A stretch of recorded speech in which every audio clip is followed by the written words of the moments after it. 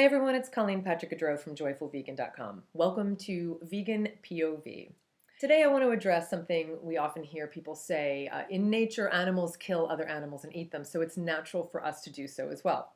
It's the natural course of things, it's nature. Here's my point of view. This one confuses me a little bit because I have to ask, which animals are you referring to? If the assertion is in nature, carnivorous animals kill other animals and eat them, so it's natural for us to do so, then I would say, yeah, the first part of that is true. Carnivorous animals do kill other animals to survive. That's natural, indeed. However, humans are not physiologically built as carnivores, so why should we do what the obligate carnivores do? After all, they would die without the consumption of flesh, and we thrive. But that's not usually what the assertion is. It's often phrased just as animals eat other animals, and so it's natural for us to do so as well.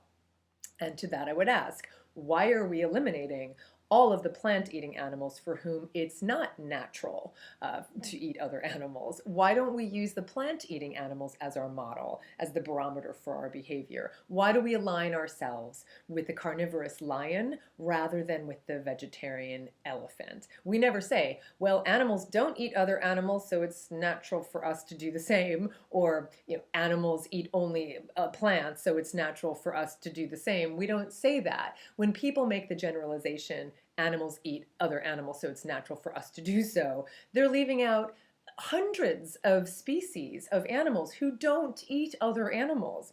And in fact, there are more herbivorous animals in the world than there are carnivorous ones, but the herbivores are never used as the example of what is natural. And they're certainly never used as the models for us to follow.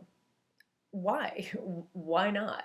Well, from my point of view, I think we don't use them as the model because it's not convenient for us to do so. When we want to keep doing something that is construed as, shall we say, ethically problematic, then we usually seek to find a way to justify that behavior. And in this case, behavior we aren't compelled to by nature, but behavior we enjoy or is familiar or we find convenient or we feel entitled to. So we align ourselves with the animals who are compelled to eat flesh rather than with those who aren't. And if I may quote Benjamin Franklin, he said this wonderful quote, so convenient a thing it is to be a reasonable creature, since it enables one to find or make a reason for everything one has a mind to do.